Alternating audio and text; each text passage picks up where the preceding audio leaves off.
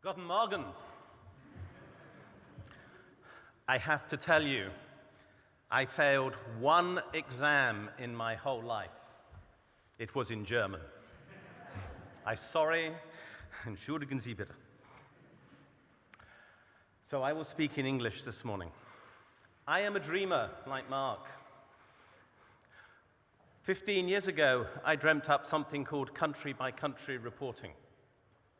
It is now happening. If my message is anything this morning, it is dare to dream. Those of us who dared to dream when the Tax Justice Network was just 3 people could not imagine where we are today. We have come a very long way indeed. Accidentally along the way, I became a professor. I'm not sure how that happened, but somehow it did. Actually, what I want to talk about this morning is one of the issues that Mark picked up, really, which is how tax havens are creating an unfair world and how it is getting more unfair.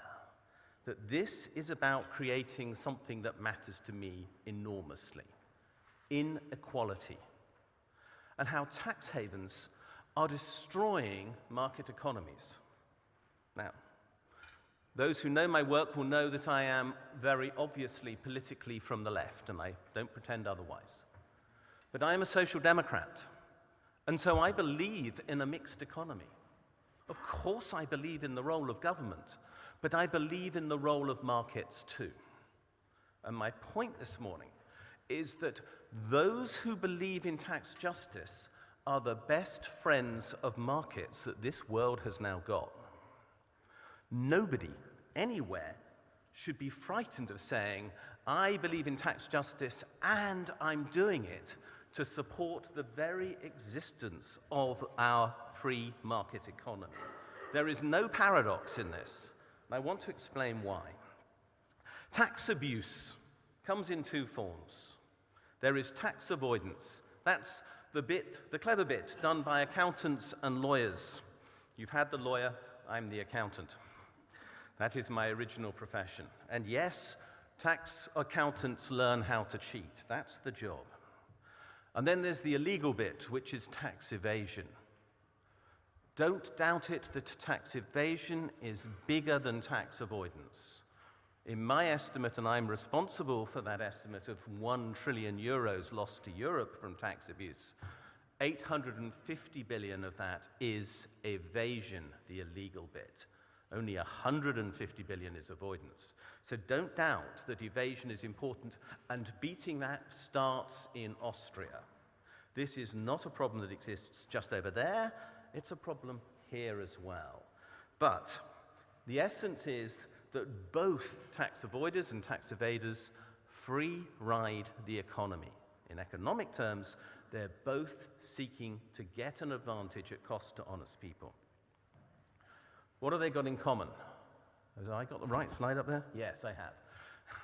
It's rather hard to see that from here to make sure I've got the right slide. Something that is in common.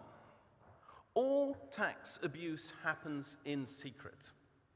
One of the big advances that we made in the tax justice movement was renaming tax havens as secrecy jurisdictions. Because then we could say they were bad things. Remember that in many languages, tax haven translates as something which sounds rather good. You know, in French, fiscal paradis. Who doesn't want to go to fiscal heaven?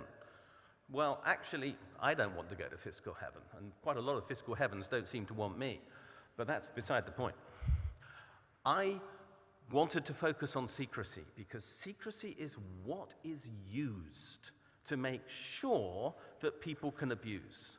If somebody is found out to be cheating, they are deeply embarrassed, and that is why transparency has become the key weapon to beat this abuse. So, tax havens and the secrecy that they deliberately create are one of the primary weapons in creating tax injustice. What do companies do? Company behavior changes when tax becomes one of their priorities. Instead of investing in new products and services, they invest in cheating. They invest in financial manipulation. They invest in lobbying for lower tax rates right around the world. It's going on right now in the USA. They don't invest in jobs. They invest in fiscal, financial tax manipulation instead. So they're speculating and not really making. They're undermining the true nature of what literally capitalism should be. What does tax abuse do to individuals? It encourages them to move money to tax havens, and then it gets stuck there, quite literally. In my own career as an accountant, which largely finished 15 years ago, but is the reason why I do this, so often I saw the children of parents who had money in tax havens saying, how can we get it back from the offshore lawyers who won't let us have it?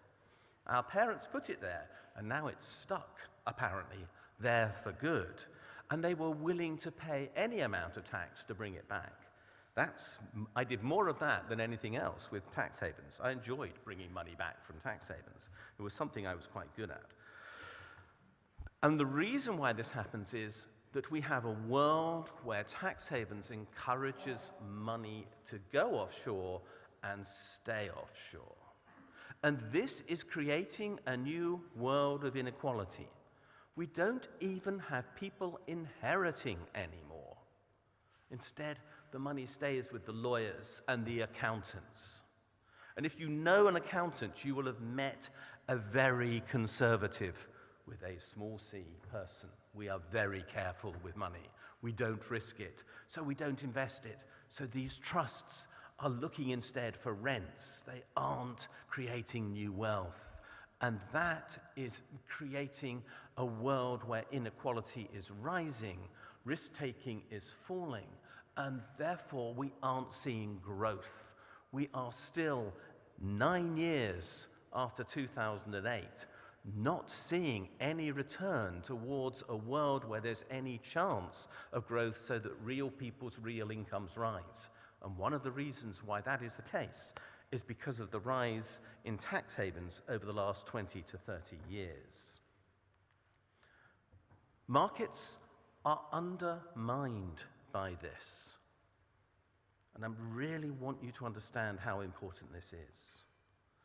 Because markets don't know what is happening in tax havens, there is more risk for investors than there would otherwise be. Because there's more risk for investors, we require higher rates of interest and return on capital. Because we require more interest, there is less investment, so there is less growth. Secrecy imposes a cost on us all. Mark talked about the fact that obviously tax is not being paid, but that is not the limit of the problem. The problem is that our market systems are also failing. And if you believe in a mixed economy, that is really important. We are simply not getting growth because of this. We aren't seeing innovation. We aren't seeing change. We have something that is creating this massive problem for us. So, wealth increases, wealth concentration increases. And we now know that this is fundamentally a problem for the world economy. 3 hotbeds of international socialism have said so. They are the World Bank, the International Monetary Fund, and the OECD. They all say that inequality is a problem, and tax havens are designed to increase that inequality. We are seeing businesses looking for what in economic terms is called a rent. Now that may not just be literally renting land, but that is earning, for example, a royalty, what Google and Apple do so well. They earn royalties of us and move them into tax havens. We are seeing lower investment, as I say. We lose GDP. We lose tax revenue. we lose business opportunities. The next generation don't get the funds they need. We cease to generate real wealth. We live in a perpetual economic slump. People feel worse off, and we end up with the sort of popular politics that leads my country to Brexit and the US to Trump. That is not a direction of travel in which I suggest to you want to go. Brexit is a nightmare. And the UK may become a tax haven as a result. Theresa May has quite deliberately said so. I beg you, here in Austria, use your power to stop that. Tell the EU to put us on a tax haven blacklist the moment we think about doing it. Please. I beg you. I'm not being subtle about this plea. I hope you feel my pain. Because we need to be saved from this fate. The fate of political populism is partly being created by tax havens and the inequality they deliberately create.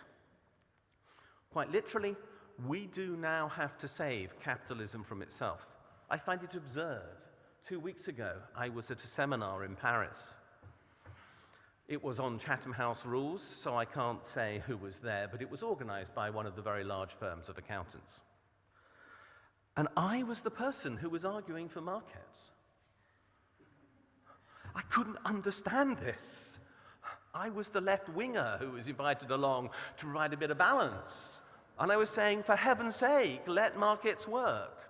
You know, if any of you go to study undergraduate economics at my university, at the university in Vienna, anywhere, the first thing you will be told is that markets only work if they have perfect information. Otherwise, they cannot allocate resources efficiently. And think about what tax havens are designed to do. They are designed to create imperfect information. You could not have a paradox that is more profound. We have the American right wing praising tax havens because they're destroying the very markets they worship.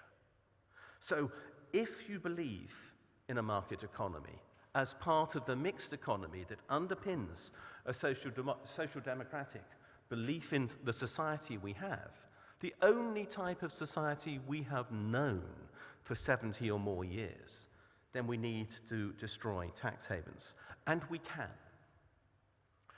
I'm not going to discuss great detail. For a long time, I've believed that the key issue is not having lots of detailed rules. I believed it is what we call the smoking gun. Country-by-country reporting is a smoking gun.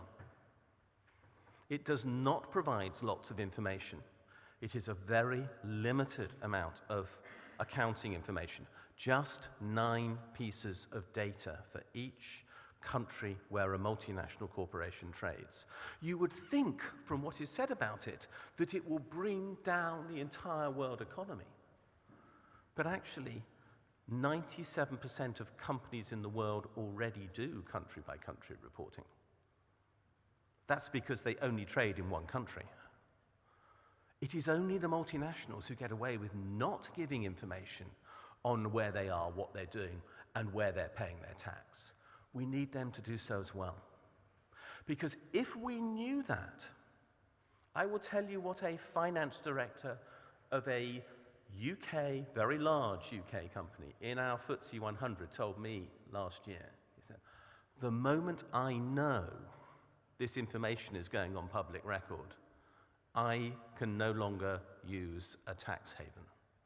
Because if I do, I'll be on the front page of the Financial Times, because I know you'll put me there, Richard. And that's indeed exactly what we set out to do when we started the Tax Justice Network. We did set out deliberately to put large companies on the front pages of newspapers. Google, Amazon, Starbucks, you'll find my name in all the first versions of all those stories. It was policy to do that, and we're going to do it again. That's what country by country will do. It'll embarrass them into stopping. And that's why the company registries that Mark talked about are so important, because they point the smoking gun at the owner. All the owner has to be is so embarrassed by owning an offshore company, by the publicity that the register could provide, that they won't do it. Believe in the power of behavioral economics. We don't need law, we need to embarrass people into submission. But if we do, they will pay their tax. We will have a fair economy. We will be richer, and we will have more taxes paid as a result, but by the right people. And as a consequence, we'll all be better off. Thank you.